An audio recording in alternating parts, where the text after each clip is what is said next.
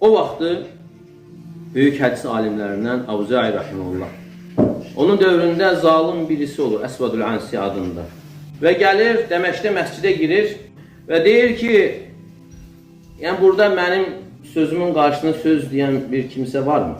Yəni insanlar deyir ki, olsa da Avza'i və çağırırlar və bilir ki, böyük bir imtihandır. Deyir, yuyundum, deyir, kəfənləndim və sonra gəldim və mənə sual verdi. Axıtdığım qanlar haqqında nə deyə bilərsən? Və bu da hədis alimidir. Müsəlmanın qanı yalnız 3 yerdə axıtıla bilər. Və bu da haqsız yerə nə qədər insanları öldürür.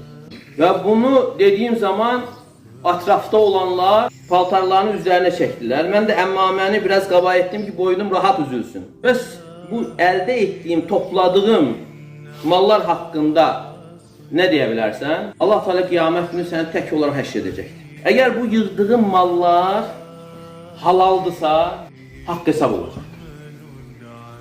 Yox, haramdırsa, cəzası olacaq. Və bu an mənə dedi ki, çıx buradan. Çıxdım, vallahi qəlbimdə Allah qorxusundan başqa bir şey yox idi. Müəyyən vaxtdan sonra bu alim dünyasını dəyişir. O dünyasını dəyişəndən sonra öz qoşunu ilə qəbrə gəlir. Qəbrə gəlir və öz qoşununa deyir ki, vallahi mən dünyada ondan qorxduğum kimi heç kəsdən qorxmuram. Elə bil ki, qarşında bir aslan durur.